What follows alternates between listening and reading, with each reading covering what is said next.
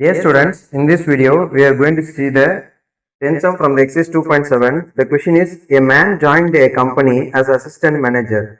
The company gave him a starting salary of rupees 60,000 and agreed to increase his salary 5% annually.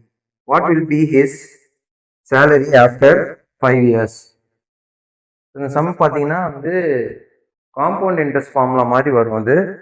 So நம்ம initial salary starting salary என்ன கொடுத்துருக்காங்க, 60,000 கொடுத்துட்டாங்க இல்லையா, that நம்ம B அப்படின்னு assume பண்ணிக்கலாம். தென் ஆனுவல் இன்க்ரிமெண்ட் 5% நம்ம ரேட் ஆஃப் இன்ட்ரெஸ்ட் ஆர் அப்படின்னு எடுத்துக்கலாம். Salary after 5 years after 5 years அப்படின்றத நம்ம என் அப்படின்னு எடுத்துக்கலாம். Now we have to find the salary after 5 years. Formula A is equal to P into 1 plus R by 100 whole power n. இந்த formula use பண்ண போகிறோம். So A, that is the salary after 5 years. So P யோட value 60,000 into 1 plus 5 by 100 whole power 5. இந்த 100 இங்கே enter பண்ணிங்கன்னா 100 plus 5 105 by 100 வந்துடும். So இந்த 100 divide பண்ணிங்கன்னா we get 1.05. So 1.05 whole power 5.